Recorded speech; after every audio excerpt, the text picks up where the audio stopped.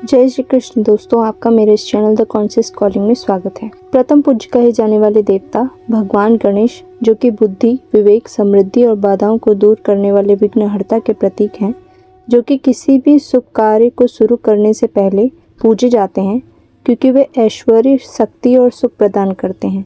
आज उसी प्रथम पूज्य भगवान से जुड़ी कुछ ऐसी महत्वपूर्ण बातें इस वीडियो में होंगी। भगवान गणेश से जुड़ी कथा हर कोई जानता है कि क्यों उनके धड़ पर हाथी का शीश लगा हुआ है, लेकिन क्यों सिर्फ हाथी का ही शीश लगा है, किसी और जानवर का क्यों नहीं? और ऐसी क्या वजह थी कि भगवान शिव को अपने ही पुत्र का शीश काटना पड़ा? कहते हैं कि इंसान का वर्तमान उसके पिछले कर्मों पर और भविष्य वर्तमान कर्मों पर आधारित होता है, लेकिन यह बात केवल इंसानों पर नहीं अपितु भगवानों पर भी लागू होती है।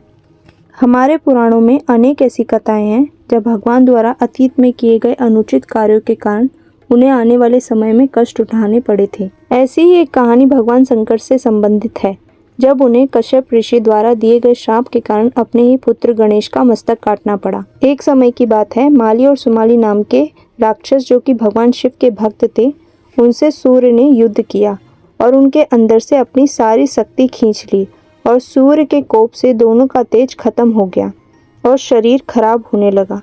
जब भगवान शिव को ये पता चला तो उन्होंने माली और सुमाली को मारने वाले सूर्य पर बड़े क्रोध में त्रिशूल से प्रहार किया।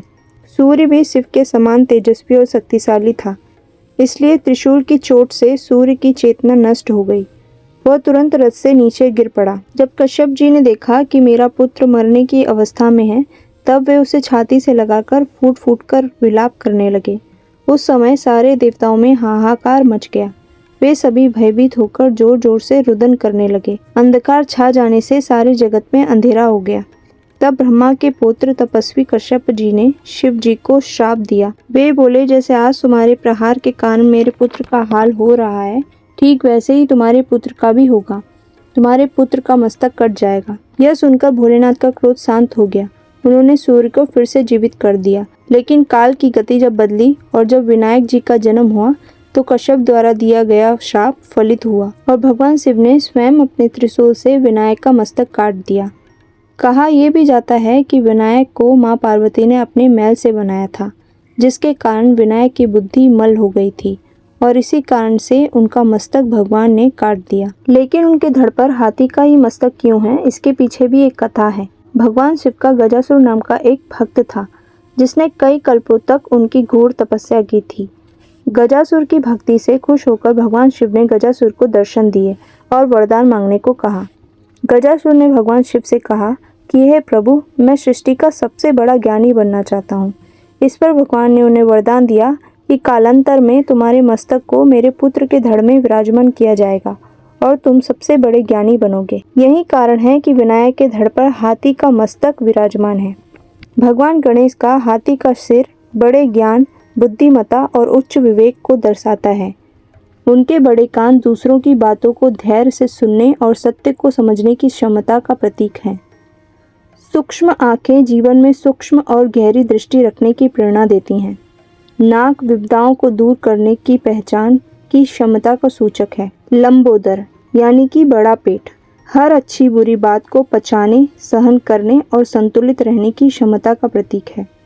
दो दांत अखंड दांत अटूट श्रद्धा का प्रतीक है, जबकि खंडित दांत बुद्धि के प्रतीक के रूप में दिखाया गया है, जिसका अर्थ है कि बुद्धि कभी कभी विचलित हो सकती है, लेकिन श्रद्धा नहीं डगमगानी चाहिए। प्रभु गणेश की सवारी मूषक इच्छाओं और अहंकार का प्रतीक है, जिसे गणेश नियंत्रित करते हैं। लड्डू सुख और समृद्धि का प्रतीक है। भगवान गणेश अपने भक्तों को संकटों से बचाते हैं, सौभाग्य और धन का आशीर्वाद देते हैं। वे विघ्नहर्ता हैं, जो भक्तों के विघ्नों को हरते हैं।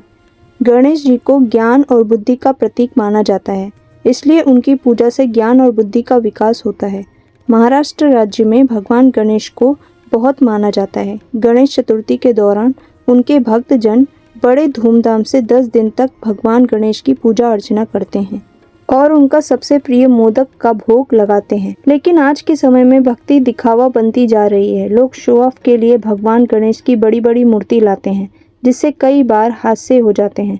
आजकल प्लास्टर ऑफ पेरिस से मूर्तियां बनाई जाती हैं, जो कि पर्यावरण के लिए हानिकारक है। पीओपी पानी में आसानी से नहीं घुलता और वो समुद्री जीवों के लिए भी हानिकारक है। भगवान भाव के भूखे हैं, ना कि दिखावे के।